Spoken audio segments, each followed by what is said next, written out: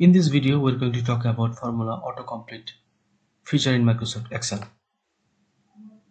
This feature is hugely important because it gives you suggestion while searching for an appropriate formula and keeps your work free from error. So how to activate this feature? Just click the File tab,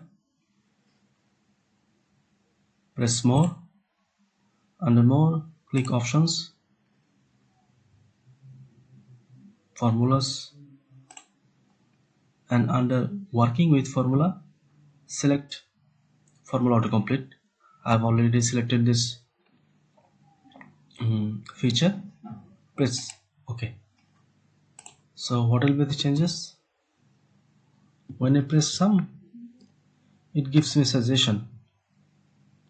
I can use substitute, subtotal, sum, whatever formula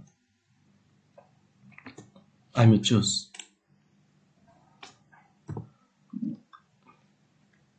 So check in your spreadsheet whether it is activated or not.